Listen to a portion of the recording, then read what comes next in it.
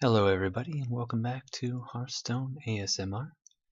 Today we're going to be doing the battle with a Mage deck to try to wrap up my quest of 2 Mage or Shaman wins. Luckily, if you were paying attention to the last episode, I was actually able to win my match and score 1 for me on the quest. Right now we are finding an opponent, so hopefully we will find one relatively soon. And now a worthy opponent has been found. Something better than a roughed up rogue. Slightly awkward match if you're a bit of a lore freak like me. Today I'm going to be facing against Thrall, and of course I am Jaina. In my hand I started out with a Flame Strike, Flame Cannon, Unstable Porter, and Mech Warper. I'm going to toss away the Flame Strike for now. Oh, and unfortunately the Thrall has backed out of the match, so I guess he could not stand the thought of taking on his dear friend Jaina. Which I'm a little sad because I was looking forward to doing that match. Obviously, a minute into an ASMR video, you are not going to be able to fall asleep. Unless, well, you fall asleep really, really quick. So obviously, even though the quest has been completed, for one reason or another, I'm still going to do battle with this mage. However, I'm a little sad because I did like that opening hand. I was going to toss away the Flame Strike and, see what I could possibly draw from there. Okay, so now we are back in the finding opponent reel. You could probably hear it spinning away right now. Okay, anytime now would be kind of nice. There we are. Well, that's better than facing a world-class Paste Eater, which was one slot below. Now here should be an interesting battle. Battle of the Magics. I'm going to be going against Gul'dan. My opening hand this time is going to be a Mech Warper, Polymorph, and Cogmaster. I don't expect anything too early on, so I'm actually going to toss away the Polymorph and hope for another Mech so that I can take advantage of the Mech Warper and the Cogmaster. In replacement, I get an Arcane Nullifier, which I can't play until turn 4, but I'm still relatively happy. I draw the Flame Strike. What I could do is I can open up with the Cogmaster and go for the Mech Warper, and then on turn 3 play the Arcane Nullifier. So I guess, statistically speaking, if it all works out with nothing being destroyed, that actually is going to be a nice opening play. However, it is a card game, and people usually have answers for things, so it might not go in that direction at all.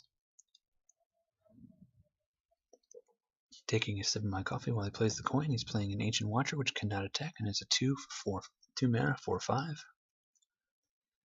Okay. He's probably going to silence it and use it next turn. Though it is a little bit scary of a thought. So what we're going to do is we're going to summon out the Cogmaster, and we are going to attack the Ancient Watcher, bring it down to 2 health. So that if he does choose to use it to attack and get rid of my Mech Warper, he is effectively trading it off the field. And that's going to end my turn. I, however, hope he does not kill the Mech Warper because I really would like to get out the Arcane Nullifier, and I've also drawn a Mechanical Yeti. He's using his hero power to draw a card, and that's actually going to end his turn. So that actually works out perfectly for me. I've actually drawn another Mech Warper, which means I can actually play Mech Warper, and I'm going to play an Arcane Nullifier all in the same turn. Now that, my friend, is what I call a play. I'm actually going to use my Mech Warper to completely get rid of his Ancient Watcher. The only other card I have left is Mechanical Yeti and Flame Strike. I guess that's 2 cards.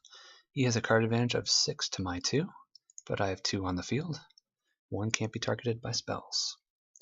So this should be relatively interesting to see how he counters this. He's using his hero power again. He's down to 1 mana.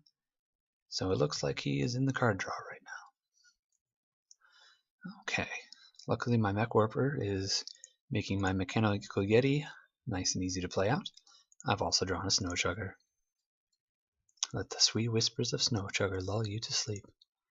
And now we are free to attack him directly for 4 damage. And that's going to end my turn. He's got quite the field card advantage, so he might be playing Handlock. I'll be very interested to see. He answers with a Twilight Drake. However, I just drew a Polymorph, so I don't think he's going to like me very much for that.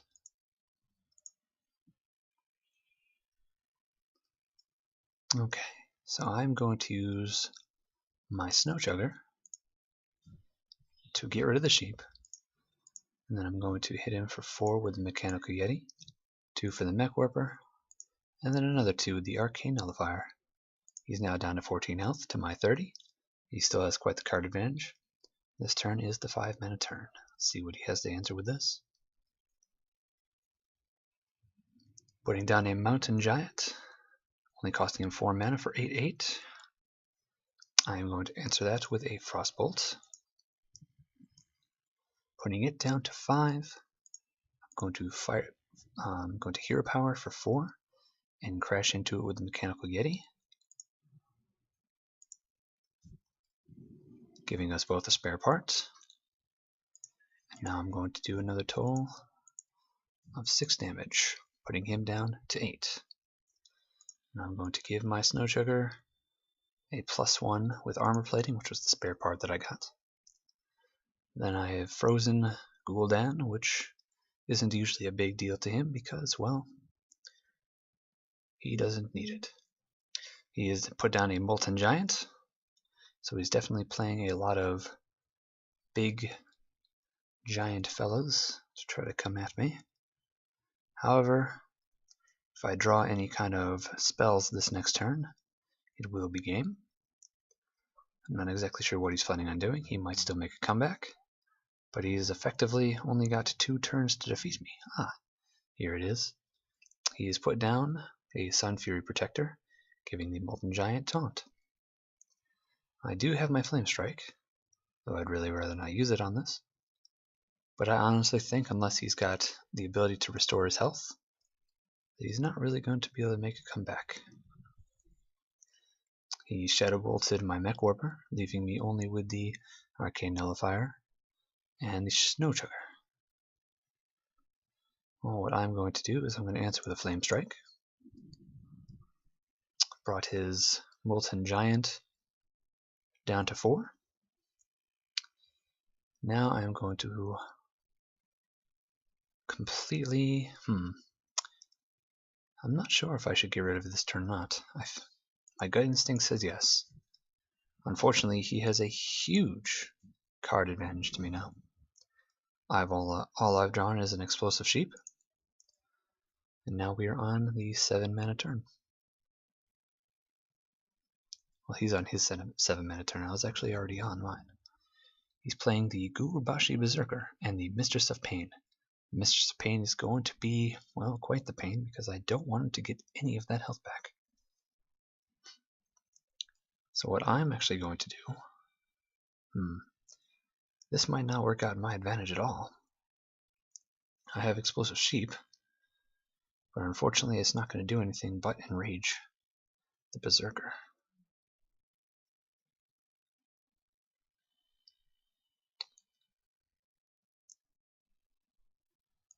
I did draw Micro Machines. I'm going to put that out, and I'm going to go right for Gul'dan. Now what I'm hoping he'll do is attack the Micro Machines instead of me. I probably could have made a better play with the Explosive Sheep somehow, but I actually want him to whittle down himself. Oh, he's drawn a Defender of Argus. It looks like everything is now gone towards his favor. I've had the early game, but he's about to clean up the late game pretty well. However, I didn't really expect to get this far with the Mage because this is probably one of the first times I'm trying out this deck. There's no particular mechanics to it. And he's playing pretty well right now.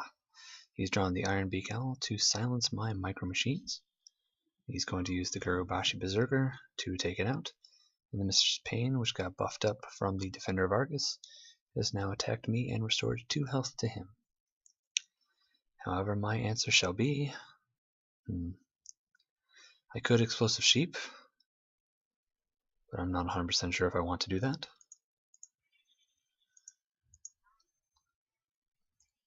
So what I will do instead is I will put out the Explosive Sheep.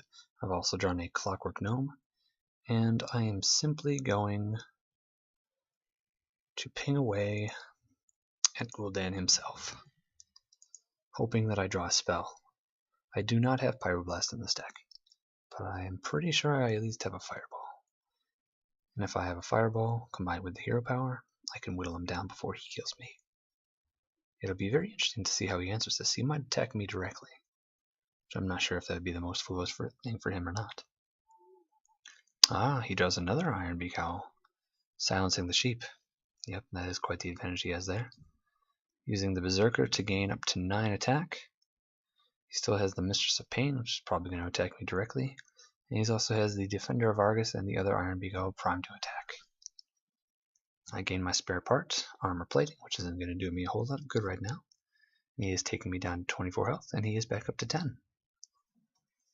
Now he has the Floating Watcher. So every time he takes damage, it's actually going to buff up the Floating Watcher. So it looks like this game is probably going to be his. All I've drawn is the Flame Cannon. Let's see what minion randomly attacks. Looks like it has attacked the Floating Watcher, which isn't really going to do a whole lot for me. All I'm going to do is ping the Defender of Argus, and that's literally going to end my turn.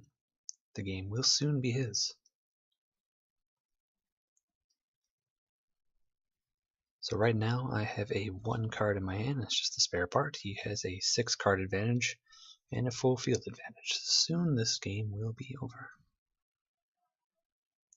I'm going to give him a nice well play because he has done a very good job at controlling the late game. I probably could have won it if I had a couple more cards. He's going to drop the Dark Bomb, and that's going to end the game. Well, can't win them all, but I was able to complete my quest from the random thrall dropping out at the beginning, so I guess I can't complain too much. Thank you all for watching, and as always, if you're still listening, well, I'm sorry that I wasn't able to put you to sleep, but hopefully you'll be able to sleep pretty soon. So I hope you have a good rest of your night.